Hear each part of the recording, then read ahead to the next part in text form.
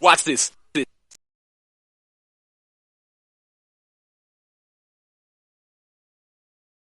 Watch this. Watch Next, football talk is a big hit. Sunday nights to Wednesday nights, we striking a match cause we lit. Y'all know the name, we call it the Dub. On Friday nights, it feel like a club. Getting that VIP treatment on the sideline, they showing us love. Great interviews, go hugs, putting in work, go good. Texas youth and high school talking to page on Facebook, hold up. Coach trying to stand on the scene, giving advice, he do what he mean. Jay Mack and Swaggy Wick, rocking the gear, it's so clean.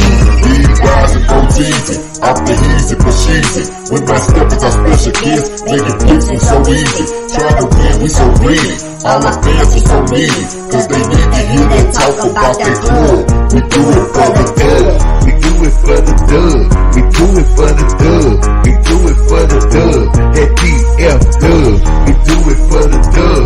We do it for the dub. We do it for the dub. That DF dub. Welcome to the Dub, number one high school podcast starring Pat Oteezy, Jeremy McInnes, Whitfield Roderick, Coach Carr, and Ryan Riser. Well, all right. What's happening? What's going on? Welcome to the number one talk show. Speak out. The Dub, baby. You heard it first. The Dub.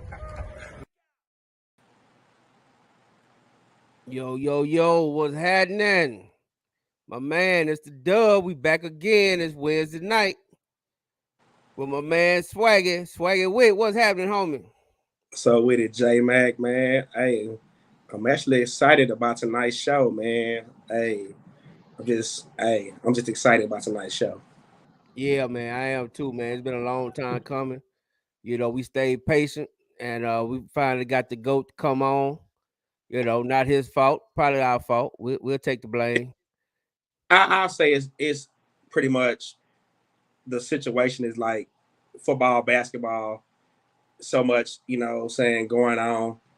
It was just bad timing, but hey, it's never too late for the GOAT. I can tell you that much. Ain't never too late for a legend. Speaking of which, man, we ain't even gonna play around with it, man. Even though I do want to get up. I guess Coach Carr just came back in here before we bring the GOAT on. I did want to get y'all quick little input take on this past weekend. You know what I'm saying? We went out to True Buzz. Can y'all hear me? Yeah, we hear you. Can you hear Y'all us? can hear me? Can you hear us? Okay, I'm gonna go silent because I can't hear myself. Okay, go back out. Yeah. Continue what you were saying. I was there this weekend, man. We had the True Buzz tournament, and I know you was at the AAU tournament. I think we could bring Coach in, and I'll let you talk about the AAU tournament. So without further ado, let's just bring Coach in, the GOAT, the legend. Only. Hey, well, this is what I call probably, if not the greatest high school coach in the ISD history. Coach James May from South Oak Cliff. Hey, Coach. What's up there, Swag? How y'all doing? What's up, Jeremy? What's going on, man? How you doing? Man, I appreciate you guys bringing me on tonight. We're going to have a good time tonight. Hey, man, we're going to have a great time, man. We finally got you on, man. It's a beautiful thing, man, because you know what? I'm going to get to it because a lot of people gave me a lot of trouble, Coach. A lot of people, you know, they treated me kind of rough, Coach. I can't lie, Coach. They would treat me kind of bad. They would treat me kind of rough. All because, you know what I'm saying? Go ahead, Swag. Nah, I was going to say I'm one of them that treated you rough, but go ahead. Yeah, Swag one of them, man. He treated me rough, man. Coach Ward, the whole S.O.C Nation, man. They was in on me. You know what I mean? What you do, man? What you do? Man, I got to tell the truth, Coach. Hold on. Here go. Tell the truth. We're going to tell the truth. It's nothing, everything on the table. Yeah, I got to put it out. We go right at time. I got right on time. Can you hear us, Will? Because we can't keep doing this all night. Can you hear us? I know. I can hear you. All right, then. All right. But now, yeah, Coach. Hold on. Will, J-Man finna reveal his truth. I see it. I want to know. Sound like I understand. Go ahead. All right, so this what happened, Coach. what happened was it started last year, right? You know, y'all had the y'all played Woodrow. You know, it didn't work out, Man.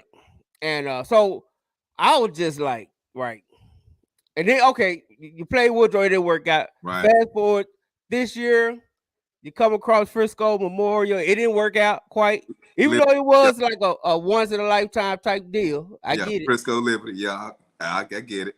So I just posed a question because I feel like when you're a legend, you either gonna leave a hero or stick around long enough to be the villain. I get it. You see what I'm saying?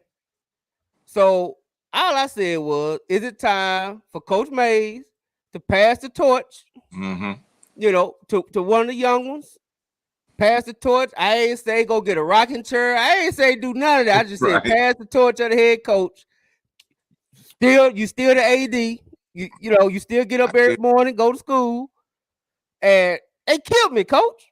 Right. Hey, right. That's a rightfully so. I can't blame you on that one. Shit, I was thinking about it, but goddamn self. Coach, don't side with him. We gave him the blues. You know, so for that shit to happen 2 years in a row, you get beat on buzzer beaters. I'm like, damn, like what the hell? You know, so rightly so. That's a good question, and I can tell you this. I'll be going soon. You know, I don't know. I can't tell you 1 or 2 years, but it won't be much longer. You know, turn it over to one of the young cats.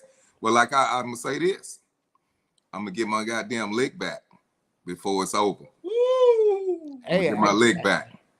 Hey, you wouldn't be a SOC coach if you didn't feel like that. I can say that. Because we this close. Because I really feel we get over this hump, we get to the regionals, we actually got a chance because we this close to beating Kimball twice, and we let them go. We let them go. You know, right there at the end, and you can chalk that up to not being ready or not making the right plays at the end. But I really felt like we was making progress. And then another thing about that Liberty game, and I don't think, it's been enough talked about, but that, God, I want to keep them cussing so bad. This is K. We can talk like we want to, right? Hey, you good? You on here with Jay? Right. You know, I keep it kind of free. But that fucked up 10-second call. We got a 10-second call that changed the whole damn game. And I'm not gonna say the referee crew. I'm not saying the chapter, but the chapter that we used was supposed to be one of the best chapters around. And we chose them, or we agreed with the other team, coach over there, to go with this chapter, and to make a call like that at that time was the worst call I ever seen since I've been coaching. You know, I done seen a lot of games. You know, I'm coming up on my 600 win. That just wins, not counting the losses that I had. I done seen a lot of games. That was the worst goddamn call that I seen in my coaching history. To make that call at that time. It was a 10-second call. It may have been 7, maybe 8 at the most. And we going down to score. We go up by 5. It's 40 seconds left. And then we got that call go wrong. And then unfortunately, you know, it's our fault too, because we got to make free throws. And we didn't make the free throws, and we turned the ball over and then blew a defensive assignment right there at the end. So the part of it was our fault. But like I said again, that's in the game. Like EA Sports, it's in the game. You got to take that. But at the same time, to make that call at that time, man, that hurt. And so, like I said again, I ain't finished. I'm going to get my lick back before I ride out into the sunset. Hey, that's the only way to go, coach. That's the only way to go. I can honestly say, when y'all lost, I gave some of y'all fans a little hell. But I actually went back and saw that play myself. I was like, wow, they did get robbed. That was terrible.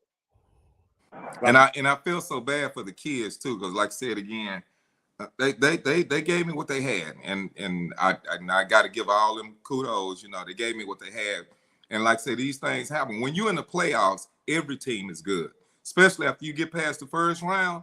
Every team is good, and these games really can come down to officiating. It's gonna come down to free throws. It's gonna come down to turnovers. Those things are gonna separate those teams, and whoever do a better job of managing that is gonna be the team that moves on. And unfortunately, we wasn't a team this year. You know, it's funny you say that because I remember I forgot what year it was. It was Coach Allen's last year at Carter. We played Hillcrest in the first round. We were #1 team in the state, 31-2.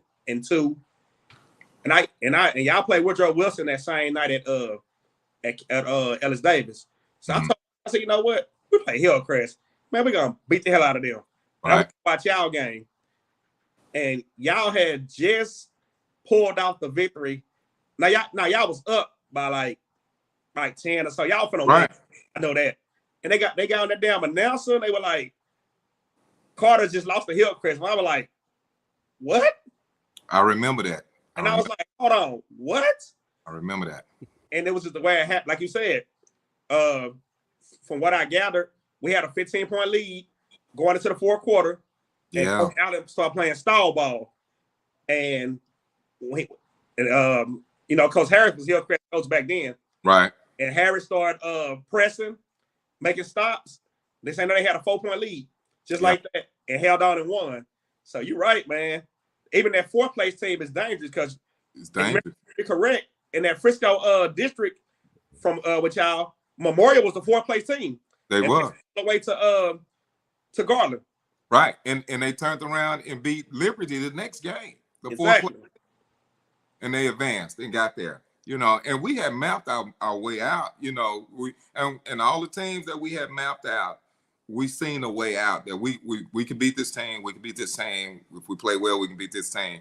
And then we were looking at Kimball, the state champion, that which we really wanted that game. And we may have been looking ahead to that game too. You know, because kids do that. You know, and the focus wasn't there. But like nevertheless, it is what it is. I gotta ask one good question real quick. I'm pretty sure the guys gonna agree with this one. So after this year is over with, are you ready to welcome in the newest members to the 5A club? The boys down the road from you, Faith family? Yeah, we're gonna have to deal with them. We're going to deal with them. We've been taking a look at it for the last couple of years when it was made the announcement, and we're just gonna deal with it. And to be honest, I welcome it. I like you, but y'all know how I've set my schedule throughout the year. One thing they can say about me, I ain't never ran from nobody. I ain't never ran from nobody. I play any and I play everybody. And I know I was taught to do it that way because that's the only way you can get better. And so we may take early season losses, in which we always do. If you always watch our teams, we take early season losses, but look at our schedule. The strength of schedule is so strong. And then we take that because now we get to the playoffs and hopefully we've learned our lesson from the games that we played. And that's how we tried to structure. So, we just got to play Faith family. We got to deal with it. I'm a huge fan for a long time of y'all. I was there when y'all beat Kevin Durant and Ellis Davis. Yeah. Y'all defeated Gerald Green. Yeah. Arena. So yeah. I didn't see it all. Yeah, that was at ASC when the ASC first opened up. Yeah, ASC. And then we played Gulf Shores Academy with Gerald Green, and we had a hell of a game that day. And that led us into the playoffs. We went on to win the state championship that year. But just playing stiff competition like that, so you can't run from it. You got it. If you're gonna win a state championship, you can't run from nobody. And nobody. Hey, Coach Mays, question. So, what you think you're missing? To be honest, hell, shit, I need one of them 4-5 stars. Yeah. Okay. Hey, look, I just wanted to know. Hey, that's being honest for your ass. Don't make me get the name. Shit, I need some of him to take out. Shit. Yeah. Say, I'm gonna tell you something too. Yeah. And we have those 4 or 5, but we have. No, go ahead, Coach. I'm sorry. We haven't had those 4 or 5 star kids, and that's all right. But I think a lot of people, what they got to give us credit is this: we're gonna take that average kid or that 2-3 star kid, and we're gonna compete every single year where it looked like we got a chance, even if we don't. We're going to look like we had a chance. Now, I can say one thing about this, and they can say this about me, whatever they want to. They got to say this. When I did have them 4 or 5 stars, I beat everybody ass. Woo! They can't say when I had You them, did. you know, and the thing about it, I haven't had them in the last few years for whatever reason, the building, the facility, yada, yada, yada, the suburban flight, you can call it whatever you want, but I haven't had them. But it's not one year that we won less than 20 games. We went 23-8 this year. Last year, we went 24-7. We still, we're going to take what we got and we're going to go and compete with it. So I know we can coach. You can't dispute that. You can say whatever you want, but you can't say we can't coach. If I remember years ago when Tom Landry said this. Somebody said this about Tom Landry. Tom Landry is such a good coach. He can take his and beat yours and turn around and take yours and beat his. And see, that's why I said that. So whatever we do, we always gonna have a chance, not because we have the kids. We're gonna have a chance because we got the coaches. And we're gonna coach whatever we got, we're gonna just coach them up. And however it end up, that's how it end up. But I tell you one thing, we got some 4 or 5 stars coming. And so I'm gonna say this. That's all I want to hear. I tell all the time. So in other words, coach ain't leaving just yet. No, like you said, he gotta get that lick back. He said he gonna get his lick back, J-Back. But I want to tell you, I'll tell the people this one thing. It ain't no fun when the rabbit got the gun. So don't complain. Don't complain when they come walking in the door and now you got to play us with them because we held our tongue. We ain't said nothing all the years. Everybody's stacking. And most of them years they stacking for us. And y'all know I'm talking right. It's a couple of years we could have had state championship, but they went and got them, got some extra just so they can get over that hump. Now if we're gonna tell the truth, let's tell the truth. Hey, that's what we hear. I say tell the truth, man. I say tell the truth. I can name 2 years we should have had state championship, but they went and got what they needed because they knew they couldn't beat us with what they had. And then they got over the hump. And I ain't tripping. It is what it is. That's the game. Well, we chose this game. But I'm going to tell you one thing. It ain't no fun when the rabbit got the gun. So when we come to town with that same show, nigga, buy your ticket. That's it. Hey, tell her, keep that same energy, coach. Keep that same energy. Keep that same energy. Don't say nothing. Don't get the crying. Don't get the denying. Don't get the not signing off. Don't do none of that. Because we didn't. We took it like men and we closed our mouth and we went with it like it was. And we said a word to this day. This is the first time I'm ever speaking on this. Just so you know, J-Mac. You let us know whoever don't want to go along like you did. You let us know, cause we gonna keep it on blast. Cause we ain't trying to hear that one. Right. Hey, J-Mac, you think the Battle Vote clip was live this year? Wait till this. We know who we talking about. Exactly. I'm like, where you going? I'm leaving it alone. It's 2. It's 2. I already know who it is. You run right. Yeah, I already know who the 2 is. Trust me. Yeah. We ain't got to go to. I already know who it is. Yeah. So let's just play ball. Let's just play ball like men. That's it. But I tell you what, if you don't got none, just walk over to that football field. It's some 4 5 stars. Just pull them on over there to the court. Pull them over there to the court. They telling them they killing it, man. God, dog, they killing it. They man, it's gonna be a 3-peat. It's gonna be a 3-peat. Ain't no doubt. And that's why I want to ask you: Do you feel like it's a little added pressure? You know, with the football team kind of doing what they doing, and you kind of, I mean, I just feel like y'all kind of spinning in mud the last 2 years. You know what I'm saying? Right. Kind of spinning in mud. I do too. I don't feel no pressure because, like I said again, I've been on the other side of that. I've been on the other side of that when we was running them off like that. And so I counted the perspective that I have is different. But one thing, I'm proud because I'm the AD, and this is one of our programs that's thriving. So I'm real proud of it. In fact, I want them to keep going because as they roll, it gives the rest of us an opportunity to roll.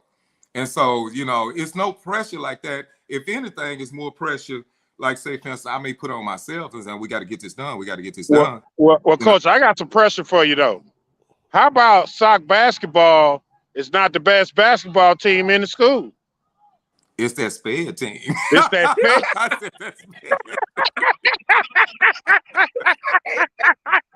man, we found them killing it, man. We found them killing it. Hey, we fought. Hey, that's why I said, coach. Yeah. I mean, when it's time to pass that torch, man, we fought. He there. He killing it, man. And I'm so proud of them kids, man. I don't know what to do, man. And they look good too. Willow, good looking out. Appreciate you. Yeah, coach, listen, man. Oh, yeah, you're welcome. Cause they fly. They fly. Yeah, hey, I went to the game today, right? Right. And I'm like, and they out there, man, and they balling. I'm talking about this little number 3 taking it, setting cats up, throwing no looks. And I'm like, I turn the wheel and I go, say, man, even S.O.C players, kids. Yeah. It's something in the water, boy. They said that water was bad. It ain't bad no more. It's some of that water over there. Man, them practices will be out the chain, man. We found them serious about that, man.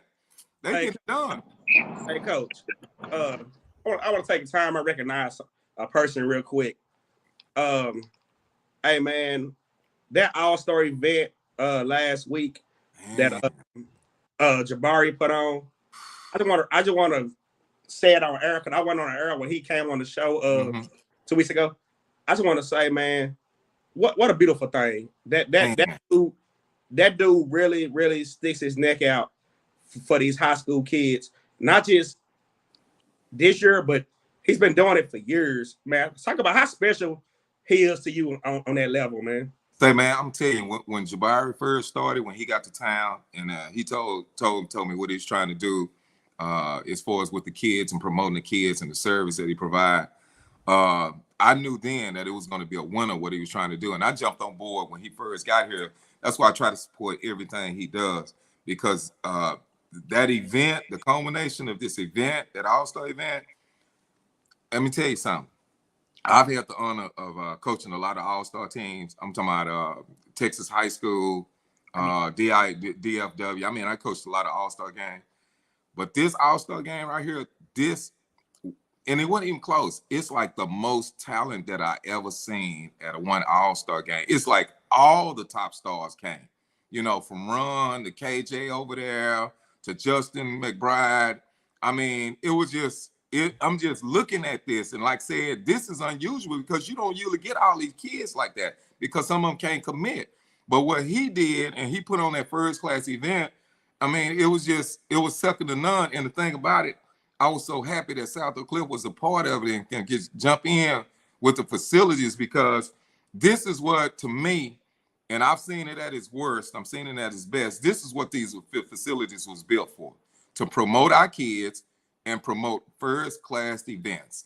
And for that to happen the way it did, I mean, Jabari Johnson, man, big kudos to you, man. I mean, this is on another level. And like I said, major. I seen a lot of stuff. This was first class. It was first class. And we need to get, and I'm gonna say this, and I'm gonna start from the beginning of football season, because we need the whole city, we need the whole DFW to make sure we get out and support event.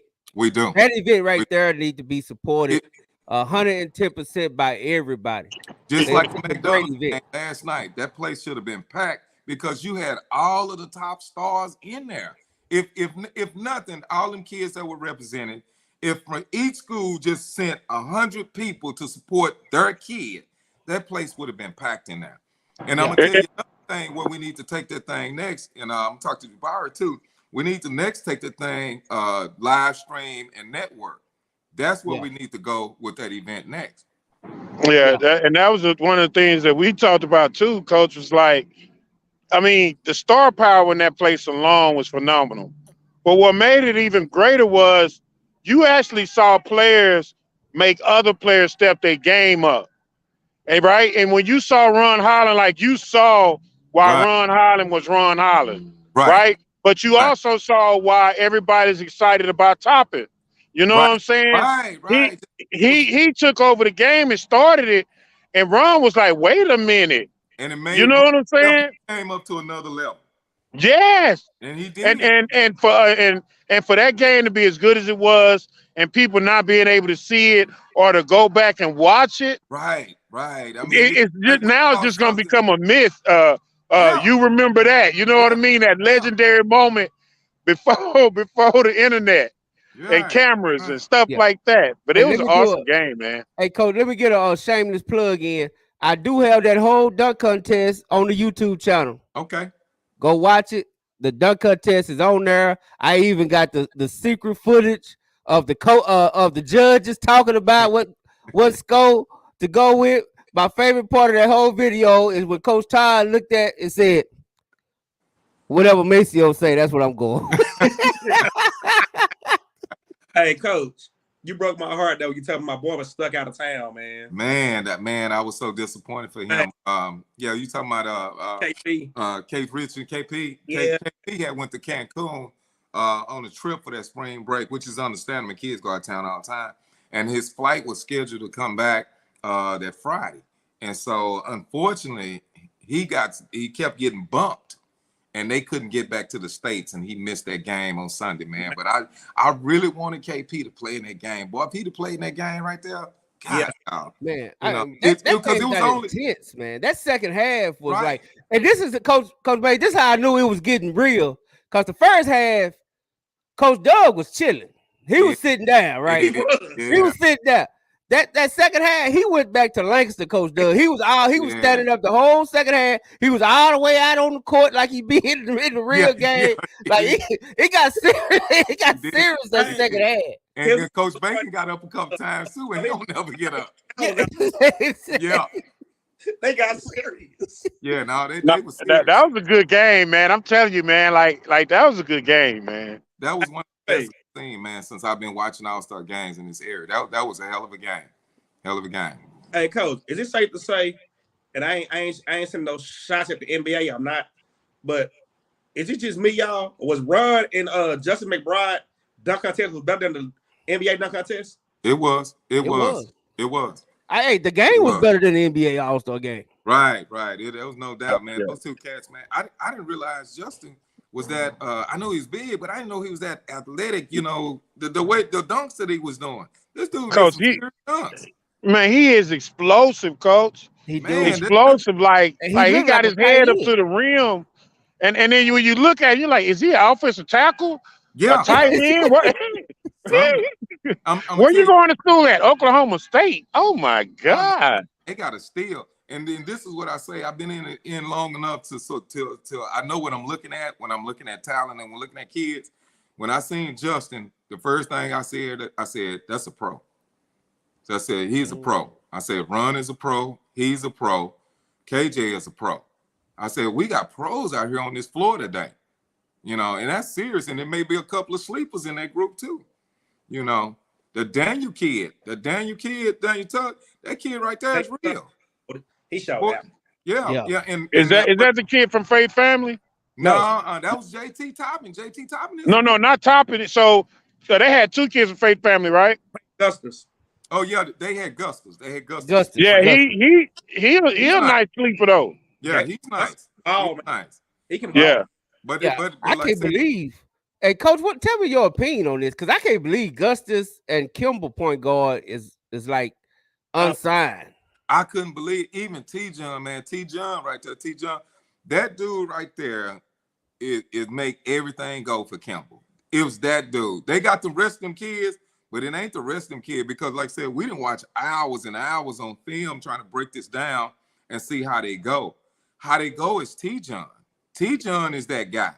Like I said again, and for him not to be unsigned, I just don't get it. I don't get it. But I understand his transfer portal too. We can have a whole conversation show on the transfer portal. It's but we're gonna get there. I definitely got to ask you about it because you got kids coming up, you know, and just like that. How tough is that conversation when you got to tell a kid that you know good enough to go to college that, hey man, we gonna try to get you somewhere. Right. Well, I'll tell you this. It got to be I'm old school, so I kind of been around the block a couple times. It got to be a lot of communication up front with the parents and with the kid. See, I'm gonna tell you right now, the game didn't change, and I pride myself on being able to read those changes to be able to stay in the game this long. All right, and so the change is this: the kids don't earn scholarship at the high school anymore. That is long gone. That motto is out the door. All right. Where kids earn scholarship now is on the AAU circuit. All right. That is where scholarships are earned because that's when the open periods are. All right. The college coaches can come out and see. College coaches don't even hardly come to the school anymore to look at a prospective prospect. They do that in the summer. They use the school visits just to go and check on what they didn't see or what they didn't secure. All right. So that's how that whole game is. But the whole deal is if you're a senior and you go through the spring and you go through the summer, if August get and it's time to return to school and you don't have an offer in hand, you're going to have to play the long game after that because you're not going to get no offers during the year like that because college coaches don't come to high school games. They don't do it. Not like that. They may go and check on one of their prospects who they've already committed to them or signed and go check on him. But as far as coming to see what's in the high schools, they don't do that no more. They do all that on the summer circuit. All right. And so if a kid got to play AAU and play with the right team on the right courts in the right tournaments to get those offers like that. And I tell all the parents all the time like this. First of all, if a kid don't play AAU, I'm going to tell him straight up, your chances of getting the scholarship are almost slim and none. That's just the truth. I'm being truthful. And if you don't play with the right team, your chances are slim. All right. And so that's the game. That's the long game we play right now is when they have those juniors that's soon to be seniors, go into the summer, play on those summer teams, come back in August with scholarship offers in hand. And the only thing left to be decided after that is where you're going to go. And that's how this game is now. So Coach, what do you think about, excuse me, I'm sorry, sir, about, because I went to some games, what is it called when the team's able to play? Because it was at Duncanville this year, and I went and saw the Duncanville Lake Highlands game. What is that called? Because that's something new, right? Yeah, that's new, man. Say, man, UIL did a great job when they came up with this. It's called the open period. The high school coaches are allowed to coach their own teams.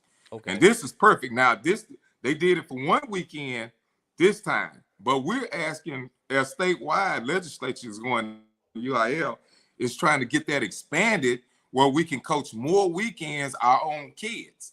So that means you'll see S.O.C in the weekend, in the summer times. You'll see Carter in the summertime. You see Kimball.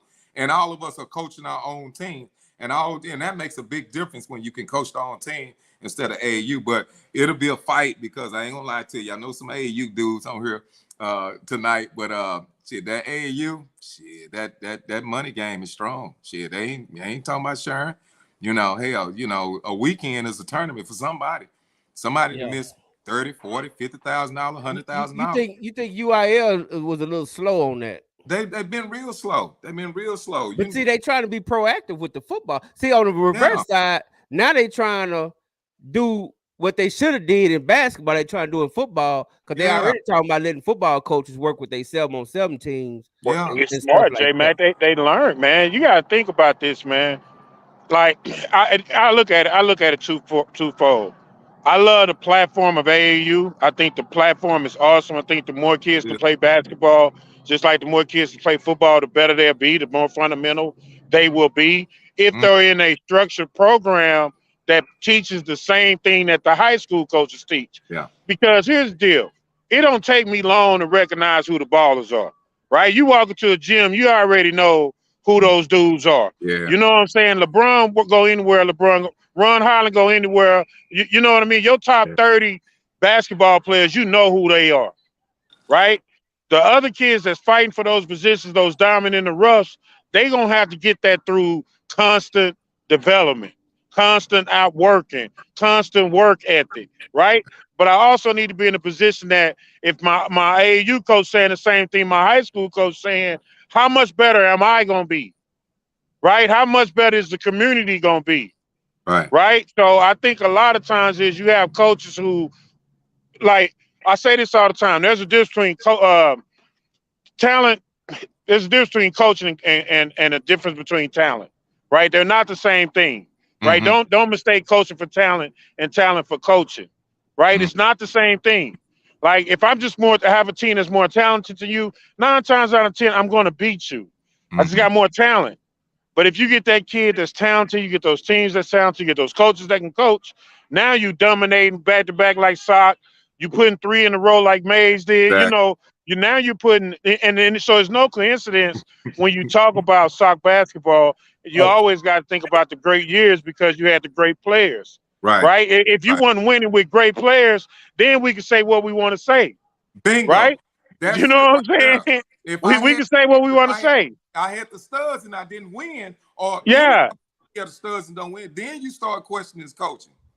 That's when you start questioning, but you can't question him if he had them and he won. That's why, see, I'm a fan of the coaches around here. You know, I'm a fan of Lancaster. I'm a fan of Carter, especially Lincoln, Nick over there, Kimber. I'm a fan of all of them, DeSoto, Duncanville, because I love it when they get the players and we go and win it, especially for the African American coaches. All right, because they always say, you know, we can't coach, or, you know, they just got the talent. Well, for one thing, you can have the talent, but then you got to coach it too. Them two different things. All right. And so you got to do it. So when you do have the talent, you do have them horses, it's important that you go win it. All right. So don't judge me on areas that I have, or just I got one stud. No.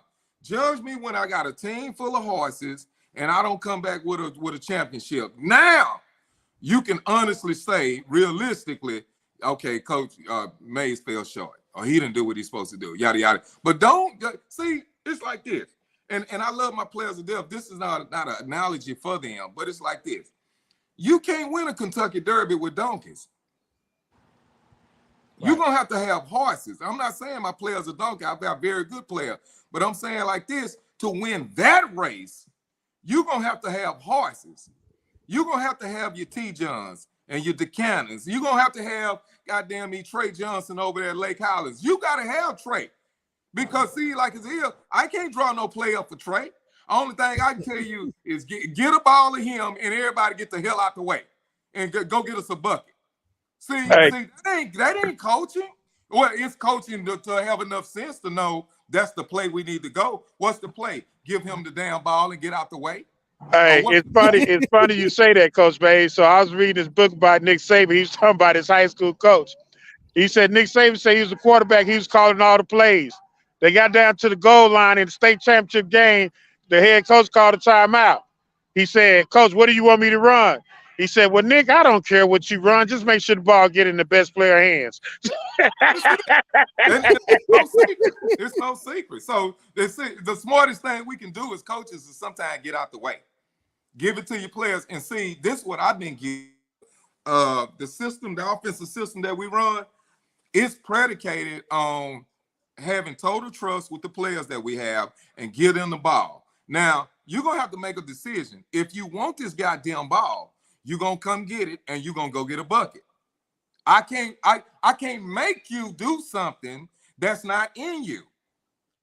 You got total freedom. And it's because sometimes I give them the ball and I clear that shit out. Give them the ball. Shit, fall down, get out the way. All right, now go get a bucket. Now, it's on you to go get that bucket. But I tell you one thing, calling them sets was a lot easier when I could get it to a 5-star. Right. You know what I'm saying? All right, lot easier. Or if I can throw the fade to Randy Moss, just throw that. Where you want to throw it? Just throw that shit up there. And he's going to get it. I can't do that for an average player. I can't call that for an average player. That's got to be a stud over there. I love what Jason Todd said. He tweeted this the other day. He said, how do you consider a person elite? This is how you consider a player elite. He just doesn't dominate his class. He can dominate the class above him and sometimes 2 classes above him. That makes him elite. When you have an elite player, you just simply put him in a position, get out the way, and let him do what he does. And if you're going to win a state championship in basketball in Texas, you're going to have those type of guys, period. So is it safe to say that's what Coach Joe did with Trey against Beaumont United? Hell yeah. I love the way to go. His star, they star outplayed the other star. It was just that simple. And it's supposed to be that way. It was, say. I'm glad you mentioned that too. I'm glad you been. Y'all see the McDonald's game last night? Yeah. when they had DeJuan Wagner against the other kid from Wheeler. See, they've been battling all year. One, who's the best point guard? DeJuan Wagner or the other kid? Who came out the winner last night? DeJuan Wagner. The other kid missed 2 free throws down there to decide the game. All right, and it was clear after that game. DeJuan Wagner, #1 point guard in the United States. That's how they go. So it just comes down, and I love what Duffy did. Duffy just simply gave it to Trey. Trey, I played Yates. Simple as that.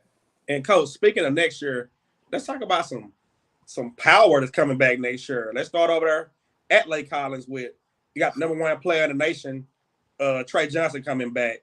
Then Possibly. over the water, you got 4-star, probably will be a 5 after this summer. Chance Perrier, Cole, Daniel Thomas.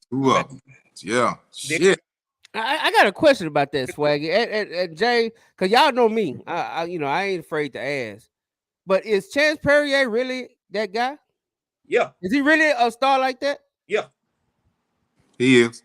Chance Perrier can flat out take over a game. If you don't believe it, go back and watch the Carter versus Aubrey regional semifinal game in Commerce.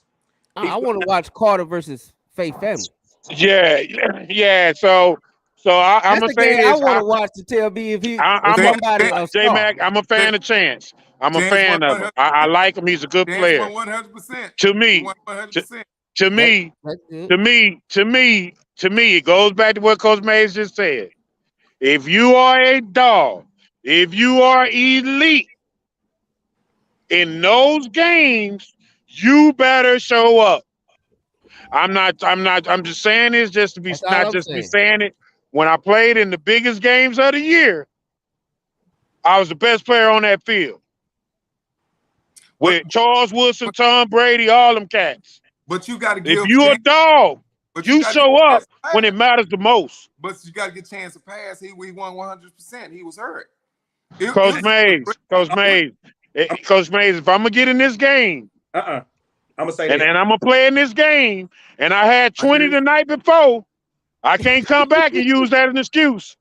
Hey, no, but I can say this: you gotta get that man his respect. That man, I'm not. This has nothing to do with respect, Swag. I said I like him. I think he's a baller.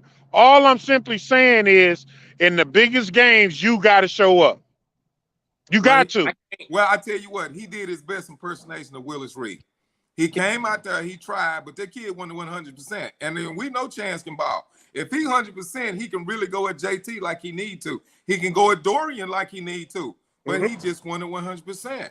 I know, but he had 24 the night before, Coach. That's what I'm saying. That was Aubrey, though. Come on now, that was Aubrey. Yeah, but that's my point. That's Aubrey. We can't. But Coach, we can't pick and choose when we hurt, Coach. Coach, we can't pick and choose when we hurt. I like to see him 100% and then go at him like that. Yeah, that's all I'm saying. I seen him when he's 100% and he's a hell of a basketball player. I would pick that dude any day of the week without question. I still want to see him perform at a high level against high competition. That's fair. That's it. That's fair. That's a fair statement. That's fair, man. Well, let me finish my statements. Oh, but go ahead. I'm sorry, Sweat. You got Nick Cody coming back. Then of course at Payson you got Dink Pate. Hey, this next class gonna be. Yeah. Oh yeah. Then you got at your school you got Cato and Trey Jackson. Trey Jackson is a. I'm gonna tell you lunch. Well, I ain't gonna say nothing. I ain't gonna tell you nothing but to sleep. I'm gonna keep my mouth closed on this. But we gotta sleep. He in there. And you got that freshman class you had this year, man. Yeah. A lot of them gonna play. It's gonna be about at least three of them on varsity. Dynamic. Good. Yeah, they got hold. They wanted to see the championship by 20. They beat an undefeated Lincoln team by 20. Yeah, I was there. The championship. Beat the hell out of them. I was there for that. Yeah, that's why I say, man, we coming, man. We starting to stack again. And like I said again, we coming. Like I said, I'm gonna get my leg back before I walk them to the sunset. Before I put my cowboy boots on and my cowboy hat here. I'm gonna get my leg back. I'm gonna get it back. So go back for all y'all listening, because I know y'all gonna say, did J-Back say what he would say? J-Back did address. He did. I addressed the elephant in the room. I asked the question. He did. I love the answer that he gave. I respect it, and I agree with it. He did. Because when you tell me you don't want to leave till you get your lick back, then I'm with you. And I'm gonna tell you something, J Mac, too. And like I said again, I've been in the game. This is my 32nd year in the district. You know, I've been in the district a long time. But like I said again, it don't feel like it because it went so fast to me. And like I said, I'm more excited and with energy and hyped up than I ever have before. You know, I ain't sitting up here I ain't no old ass man. You know, shit, I'm hyped. I'm ready to get with it, like right now. You know, so the thing about it is, I'm watching the guys that I consider legends when I first came up. I'm gonna tell you a quick story right quick. Make it quick. I was out scouting the game one day. We was getting ready to play a playoff, and I was scouting Dunbar. And when I was scouting Dunbar, the legendary Coach Hughes was coaching that day. All right. And so I'm watching Dunbar. I'm watching the scout. And so while I'm writing my notes down, I'm a young coach. I'm writing my notes down. I heard two guys over there in the stands and everything, fans. And one of the guys said, man, he needs to retire, man. Goddamn, he too old. That nigga, he can do this, he can do that. That nigga need to go somewhere and sit down. He needs to retire and shit. And then I'm looking at these fools. I'm like, nigga, you gonna say this about this man? This is one of the greatest high school coaches, and they still competing at a high level. Make a long story short, Coach Hughes go on to win another state championship. And he has stacked teams after stacked team with Lance. That was Lance. Remember Lance and Lance Jackson and Jeremy and all them? This the team that he talking about. And then Coach Hughes went on to win another state championship, go on to break the national all-time coaching record with 1,200 something wins.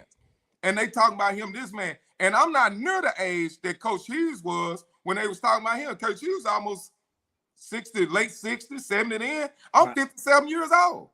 I ain't no man, old you look younger than me. I'm 47. Cole, what's the secret? Right. I ain't no, like I said, I ain't no old ass dude. They talking about me like shit. Now, I've been in the game a long time. I just was blessed to get the job at an early age. But like I said, I'm still in the game. I'm still hunting. You see me out on the weekends more than these young coaches. They don't like to work. You know, but you see me hunting down. You see me at middle school game, elementary game. I'm in the streets. I'm hustling, trying to take advantage of these new facilities we got and promote that. So I'm trying to get mine. But like I said again, I'm going to build because I know what it looked like. I'm going to build again, and we building. Shit, we stacking. Like I said again. So only thing I got to say, like I said again, just hold on. Just hold on for a minute. Shit, we're going to follow right along with our football team, getting in there, smashing, whooping ass. We following close behind. And keep that same energy. Keep that needs to be the thing for the next couple years, Coach. Keep that energy. Keep that same energy. Same energy on. I'm ready. I'm ready to go right now. That's just how I go. You know, that's how we build. Coach. Yeah. You gonna be in Gasso this weekend in Duncanville? Yeah, I'm gonna catch a couple of games because they got some of my young kids. They hooping, so I'm gonna go out there and check them out. Yeah, I'll be there. I gotta cover some games out there Friday night. Yeah, man, shit. I was out there last week. I seen some great games, man. So, you know, just out there, just watching the same. The thing about it is what I try to do. See, here what I done learned over these 30-some years, 20-some coaching. The game changes about every 3 to 5 years. It changes. I'm not just talking about basketball. I'm talking about the whole structure and the business of it. Even with the kids, the mentality, it changes about every 3 to 5 years. And the trick is to stay in the game and still stay effective is knowing those changes and you change with it. Now, everything about me doesn't change because I'm still Coach Mays. You know, I'm still a disciplinarian. I'm still, you know, I still, you know, you got to do that. But I know enough to at least change and alter my approach on how I'm dealing with kids and situations and stuff like that. And so I think to stay in the game a long time, just got to recognize the changes and you got to roll with those changes, make adjustments, you know, because parents are different, kids are different. We got social media now, which is a beast. You know, you got other things that you got to learn. You got to come up, you know, you got to be abreast on this NIL situation because now the kids going after the bag now. They got to get this bag. And the bag is big. It's big as shit. And I love it. Go get every fucking dime you can, these kids, because the college has been getting it all these years and they building these big old universities all these years. Now it's our time, our kids' time to get the money. Go get the money. We talking about business now. This ain't nothing. Forget the love of the game and all that kind of stuff. When you get to the college level, this business now. because they'll cut your ass if you ain't performing. You know, they hop in schools just like coaches was hopping schools, kids hopping schools too. That's just what that is. You know, and so I'm just saying, you just gotta use the game change. You got to just stay up with it.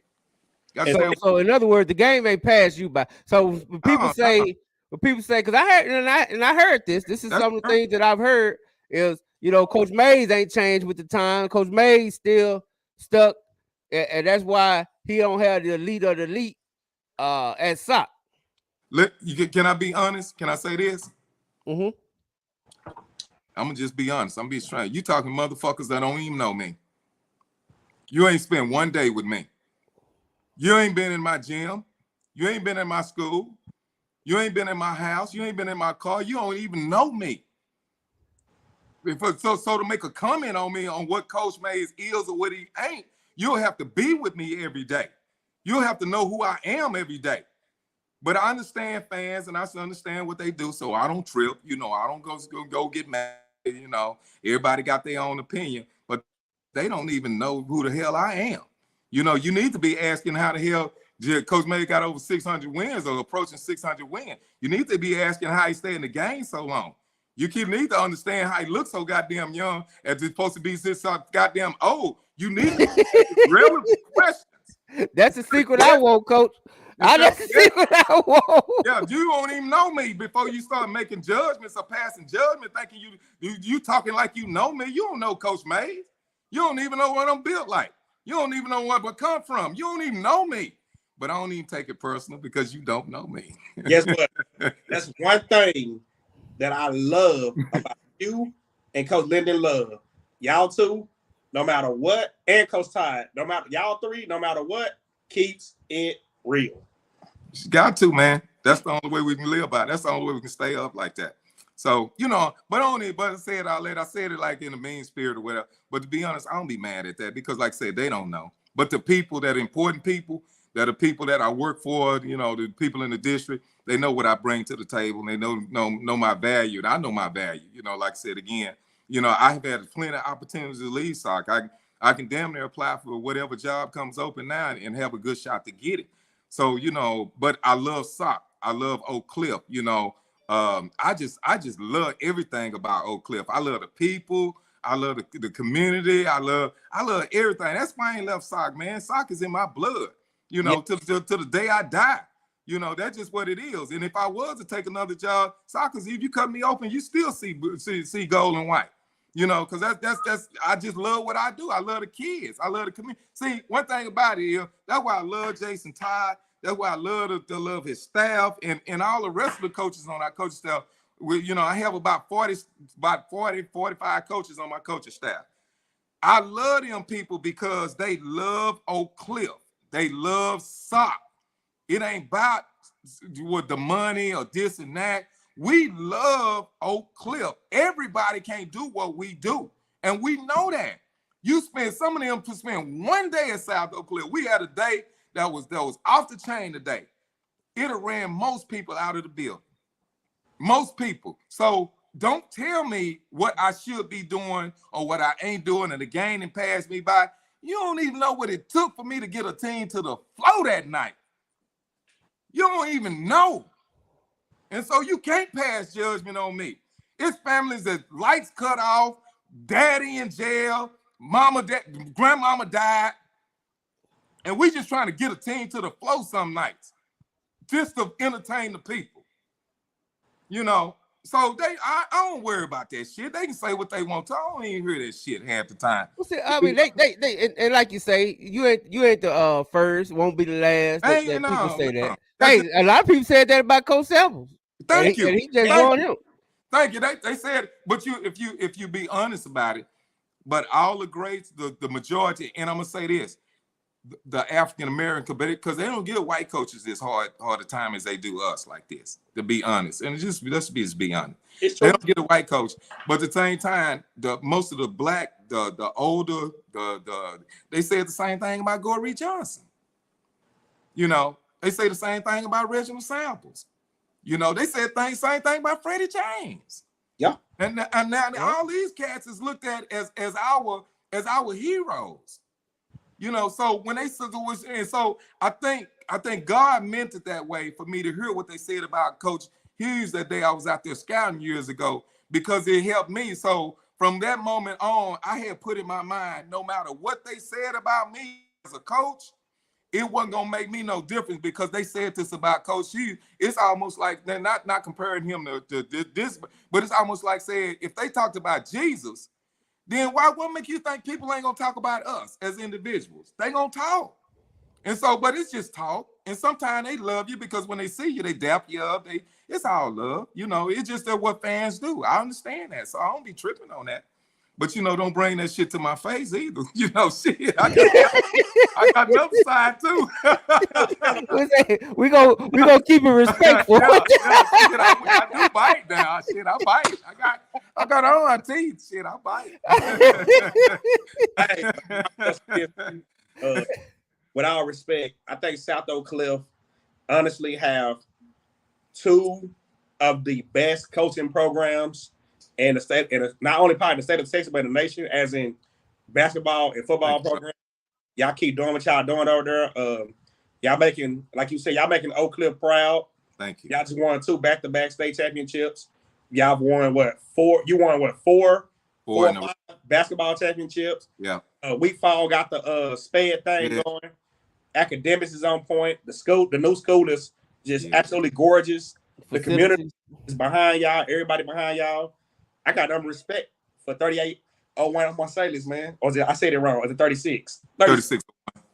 I got no respect for y'all. What y'all doing already? Y'all doing a lot. Just like I also respect what West Dallas doing over with Pinkston. Man, I love it, man. Love it. Love it. I'm telling you. You know, I want to ask you about that, Coach. Tell what you think. We had Dink on the show, and he's a very impressive young man. Also, just what is your assessment when you just look at Dink the player? Well, I'm gonna say that like this. You know, I'm a DISD lifer, and I'm gonna have an Issa Rae moment right now. Shit, you know, who you rooting for? Hell, everybody DISD. Shit, that's who I'm rooting for. Dink, yeah, she said, who you rooting for? Everybody black. Shit, I want everybody black to win. Everybody DISD. That's why I love it when Nick took care of his business this year, and like I said, the other schools, when I just love DISD.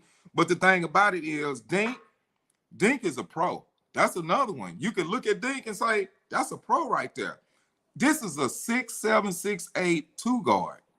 That's a pro, you know. And whatever he isn't right now, he's gonna become, you know, especially with the right instruction and the right situation, he's gonna become. But that's a pro. I love his mentality. I love the way he competes. I do think he needs to get in the weight room, like most young kids. You know, that's something that all young kids have to do. Once he gets in that weight room and get his body right, get his strength up, he's gonna be a walking bucket. He's gonna be a problem, you know, with that kid. And I hope they don't rush him and try to get him here and just, no. Take your time. You only pass this way one time, high school. All right. And what you want to do is enjoy this moment, because once you leave, it's gone. And so enjoy this time, you know, enjoy this time and go be a legend, son. Shit, be a legend. It's okay. Be a legend. Just slow your roll.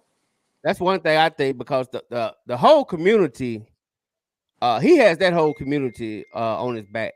Yeah. You know what I mean? Like he is West Dino right now. Like he like the face of West Dino when it comes to athletics right now. Yeah, and that's what he should. He should. You should want it like that. I mean, what you're a teenager and you carrying the whole community on your back. That ain't no pressure. That's a privilege. Shit, carry that. Where that? I love it. Because you know what? 20 years from now, they're gonna still be talking about Dink Pay. You know what? Yeah. So just go enjoy it, man. Just do what you do. Enjoy this shit. It ain't gonna last forever. Trust me. It sure ain't. Yeah. You'll be coming back 20 years later, judging dunk contests and carrying on. You know what I'm saying? Yeah, and nobody will know you. So, you know, it is what it is, man. One of my 2024 sleepers that a lot of people don't talk about, but I think this year he gonna really put his name out there. And I'm not being biased Who you because got? he's a harder guy. But I don't think a lot of people give Cole Williams a lot of credit. Cole is the truth. You know what? I love the shit out of Cole. Cole is the real deal. Cole, see, I'm gonna tell you something. Cole can play in the Big 12 and the SEC, and probably right now. That dude right there is a problem right there. And when he really, really understand what he doing, dog, you gonna have to double him. You're gonna have to run at him. You're gonna have to deny him the ball, because when he touch it, once he find out what to do, it's unstoppable. But Cole and Chance, they got I'm looking forward to playing them. You know, that y'all coming out on the 14th of November, and well, damn, we got to beat them in our place. Damn, but it's gonna be tough. What game was that gonna be? Because somebody posted said, I think they said you had 586 wins. Yeah, we have 586 now, so I got 14 to get to 600. Hopefully that'll be the number 600 game. That no, it won't. That'll be the second game of the year. That's the second game. Oh man, second. So when you get that 600, that'll be closer to district, or it'll be closer to like the holiday tournament going into the district in January. So I'm just keeping my hands crossed. So go ahead. 600 wins is a lot of wins. That's a lot. That's a lot. Hey, Coach, are you going back to the Dallas Maverick tournament this year? No. You're not going. Quick rundown, real quick. We got the Jimmy Gills Classic. I don't know who would match up with there. We got the Holiday Hoops with Glenn over there in Duncanville. So we don't know those two, but that's 2 games right there. Then we got Carter, S.O.C. We got Forward Brewer at Brewer. Then we picked up Timberview this year. So that's going to be a hell of a game in South Oak Cliff during the Thanksgiving holidays at Tuesday. And then we got Skyline. So those are non-district. So, shit, let's go. I told you, we don't run from nobody. Let's go. Family. Let's go. Shit. Now, we don't match up with Faith Family. But I'm going to tell you what me and Brandon, me and BT did. We was going to play a playoff warm-up game this year. And I wish we could have done it. We wanted to play on Thursday, but UIL told us we couldn't play it on Thursday. We had to play Friday, and we couldn't play because their girls played their playoff game on that Friday. Oh, but yeah, man, we had agreed, man. Like I said, we all friends. Me, Brandon, them, and Nick, them. We talk. All them, Chris Davis or Red Oak, all good friends are ours, and we talk like that. We compete with each other, but we don't hate each other, and it's no enemies. It's no shit like that. We all, this in the business of basketball. We all trying to get kids, and we just competitive like that. And so we'll play each other, which just because at the end of the day, one of us gonna win it. And for me, like I said again, that's good enough for me. At least, let me tell you something. Coach Mason won 4 state championships. I done been to 5 state tournaments. All right. Now, I'm not saying I don't want to win no more. But if I don't, I still die a happy man. Hey, you got 4. Hey, I already told you, you're a Hall of Famer. You're a future Hall of Fame regardless. Appreciate it, Swag. Doubt about that. No doubt. Ain't no doubt about that. Yeah, he there as soon as he's eligible to get in. He's going. Like I say, everybody would say this. Coach Mays is a living legend. So it's not like, we ain't just talking about somebody that just can't get it done or ain't got it done, that don't have a resume or anything like that. Now, I will say, I mean, it ain't like time wasn't tough back then, but like, I think on the basketball, I think Coach Todd, to me, got it a little easier because nobody around here is really good other than the suburbs that he don't have to play. Well, you know what I'm saying? Yeah, but then again, they make other people look bad. They do, but I mean, I'm just being honest. When you talk about the basketball, like your neighbor's good. Your neighbor's good. You see what I'm saying? Yeah. You walk outside the gym, that school right there good. Yeah. You go down the street, that school down there good. You see what I'm saying? In your district, it's easy. You got it's plenty of kids, it's plenty of schools that's good. But I just think that's a little bit more pressure basketball wise because I see what you're saying. You see what I'm saying? Yeah, it's a lot harder. Yeah, it's very competitive. Hell, shit, it's some teams next year gonna be pretty stacked, and it's shit. Pat over there, WT White is gonna be he gonna be real competitive over there. So Hill, Chris, Keelan going out, he gonna get them going, and Thanks, they're gonna be stacked. Yeah, so it's just competitive. But like I said, I love it because I'm a competitive guy, and like I said, I don't really like to play teams that are not very good, and sometimes you can't hit because they're in your district. But I really want to play the best of the best because this is what it do for me. This is what it do for me. When I play the best, when we play the best, they gonna show you everything that you're deficient in. They're gonna show me something that a below average team can't show me. And for me as a coach, I want to see them deficiencies because if I see them, then I can start coaching them and addressing them. To hopefully, when it leads up to the end, if we're in the right position, then we'll be better from it. That's the goal every year for coaching for me. Is I'm just trying to be the best team I can at the end of the year. And like I said again, it sure helps, and it looks a lot different when you have 4- and 5-star kids. It sure do. Oh, it makes a bigger difference when you got them. When you got the horses, you don't mind the race as much. You really don't. In fact, you're looking forward to the race. So yeah, and so that's what I'm about, man. Shit, I'm just about competing, man. Going out there, giving my 100%. I got a great support system. My wife, my mom, my dad, them, my kids. I just got a great support system. And like I said again, you know, I'm just happy to do what we do. I'm thankful to DISD, thankful for people I work with. Dog, so I still got a lot of energy, man. Hell, I started doing yoga, man. Shit, I do yoga now with my kids. Yeah, I'm a yoga guy. Hell, I'm exercising and shit. You know, is that the secret? Let me get my butt to some yoga, then, cause man, Coach running around here. Coach 10 years older than me. He look younger than me. We gotta get something done with this one, man. I need all the secrets, Coach. I need all the secrets. Man, I'm gonna be 58 this year, dog. I'm just trying to keep all this together. Hey, I'll be 48 next month. Oh, Jesus Christ! You're a young fella. Yeah, well, yeah. I don't feel like it every day, but yeah. I feel young now. Yeah. Hey, man. let me answer Coach Ward, because Coach Ward he'll jumped on me. But I didn't say it was easier to win state, Coach. I was saying that the pressure is a lot easier because you don't have to. You're not fighting to get through district. Like, we ain't gonna sit here and lie. You know, y'all on cruise control. That's why I don't even go to your district game, Coach. You're on cruise control. You gotta play everybody though. Everybody shit. In the given Sunday. So our guys do such a good job of getting our guys prepared. Coach Ty, Coach Ward, and them. They a hell of a coaching staff. It's the best football coaching staff I've seen in my life. Them dudes, they work, man, and so they gonna make you look bad. But trust me, you know, they put in the work. They do what they supposed to do. Hey, Coach. They say y'all ain't fighting to get through district. Hey, Coach, real quick. Over the years, man, I've seen a lot of great players come to your program, as far as especially as Shady and Rogers. But there's 3 I can point out, and they all point guards that I think was hella special for you all 4 years. And that's Fred Gibson, Ty Shaw, and Sebo. Them 3 was probably 3 of my most favorite point guards I ever watched. They were special. They was real special. You know, for me, like I said, I've been blessed with bigs, but to be honest, just like I mentioned T-John a while ago, them point guards is really what make the show go. And like, if you have that spot right there with that, and like you hit it on the head, Sebo, Fred, and Ty, man, they could make that thing go.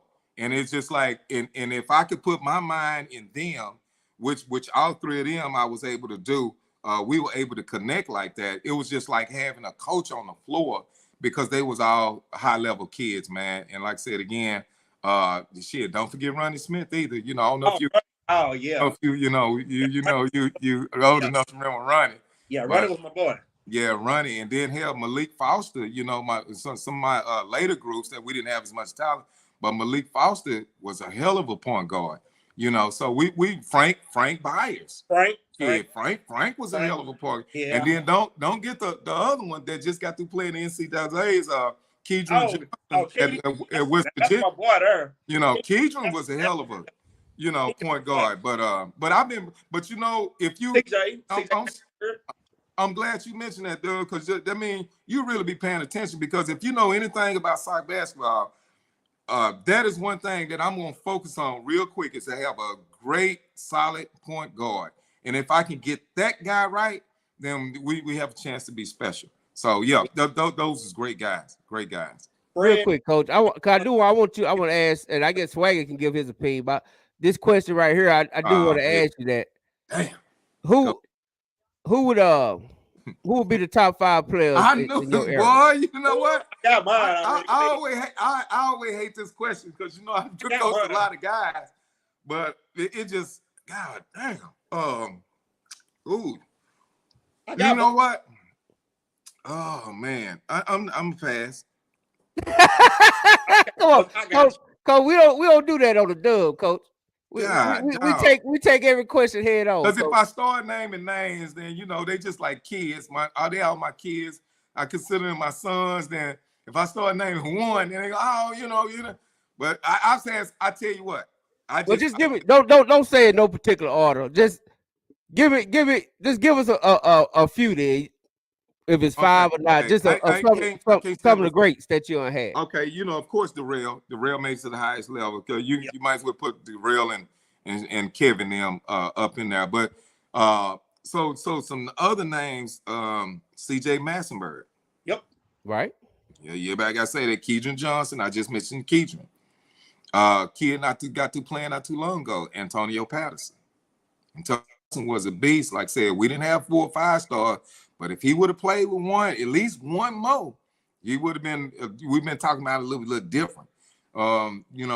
Christopher Hyder, Sebo. Obviously, great. Bobo. Yep. Yeah. Jameson Morgan. Ronnie Morgan. Yep. The brothers. Them boys. Yeah. I'm gonna tell you about a kid that played with them back then, but he didn't get that much recognition, but he should have. Princeton. No, it was Sylvester Spicer. Oh, Sylvester Spicer, yeah. Yeah, Spicer, he came off the bench. And Sylvester signed with Oral Roberts. They went to the Kansases and the Baylors and all that kind of UCLAs and stuff. Sylvester signed with Oral Roberts right along that class. Quiet as kept. So, it's some great greats. I can name a few more. My boy, D Fish. Oh, man. I'm gonna tell you one time. I'm gonna tell you this right quick. Yeah. It's a real short story. Check this out. So Fish had messed up, and I'm a disciplinarian, right? And so I said, Fish ass on the bench. I said, no, you had coming off the bench, right? Yada. Suspended one game coming off the bench. So I brought him off the bench. He came in. He had a great game. I don't know what game it was. He had a great game. So the next game kid come. I reset the lineup. All right, Fish, you back in start lineup. Fish said, no, coach. He said, I don't want to start. He said, I want to come off the bench. I said, what's up? What's up with that? He said, I can see the game better when I'm sitting on the bench. And I didn't know until you set me on the bench. He said, I can see the game better and I can see where I can do the most damage when I come in after the first few minutes. I brought David off the bench for the rest of the year. This is 2003 when we made the state, when we made this tournament. This is my first year making the tournament. We lost to Dunbar in that first semifinal game. He made all state coming off the bench, getting a double-double. He averaged like 17 points and like 12 boards coming off the bench. Wow. And at that moment right there, I tell all kids right now, don't come to me about no starting shit. Starting don't mean shit. It's who finish and what you do with the minutes you get. I get a kid make all state and come off the bench. So don't come to me with that starting shit like your ego involved. This ain't about you. Do what you do when you got your minutes, and then you go from there. But yeah, that was David Fisher. David Fisher. And it was like it's like I said, goddamn JF Thomas. Oh yeah, Thomas was motherfucker. He was a 2-sport kid. He was a standout wide out, and he was a forward. A quick story about JF. JF lose a playoff game. We lose to Ennis. That one night. That was Friday.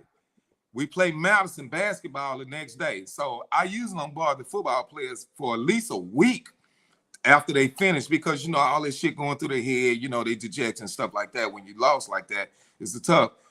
So they lose Friday. I go home. About 11 or 12 o'clock, I get a phone call. It's JF. I said, JF, what's going on? He said, yeah, coach. I said, good game and everything. Sorry you lost and everything, but, just let me know when you're ready. He said, coach, I want to play tomorrow. I said, you want to play tomorrow? He said, we play Madison. I said, yeah, I said, damn. I said, you don't really have to. We okay without you. Now I want to play. He came the next day. JF dropped 18 points and 15 boards, stepping off the football field. That dude was special. That dude was special. That dude was special. So it's just stories like that, man. I could just go on and on about special players, but it's a lot of guys that could really go, especially when I first came in. Ramil Fish Reese, that was my first year coming in. Chris Fantroy, Big Mike Wynn, Alan Walker, you know, Juju, shit, Julius Hurd. These was some serious basketball players that we were blessed with. That's before the push, the migration to the suburbs started. You know, we still had our inner city clique, but when the suburbs, which is another reason we lost a lot of talent, a lot of people started moving. The Mansfield started growing, and the Friscos, and you know the Wasatches, all this started growing, and so we lost a lot of kids. But that was where the top talent drop off came. But it's coming back, especially with the new building, new facilities, and new housing develops in the area. So we're picking up a lot of kids that we used to get. So that's what's going on. So in other words, it's about to go down. It's about to go down. Shit, I'll tell you right, it's going down. Because I heard that JV freshman team you got over there ain't nothing to laugh at. It's going to, yeah. It's a JV run the district undefeated, and the freshman team won the championship. No, we coming. You coming? We building something real special. I can see it. Ed Robinson. Oh man, look, Ed. God, look, Ed was special. Look, Ed was a special kind of dude.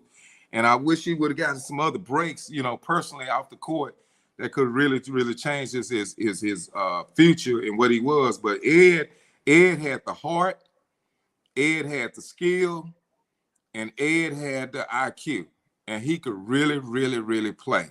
And I just wish he really had been dealt another hand on that other end that kept him from getting to where he really should have been. But that dude right there, and still to this day, Ed go bust your ass right now.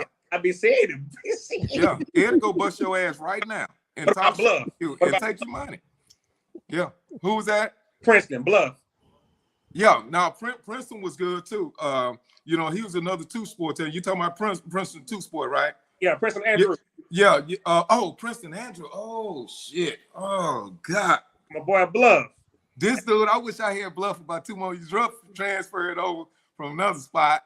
And he gave us 2 years, but he got 2 state championships. Yeah, he did. This dude right there, that dude could go. That dude, he was really unguardable.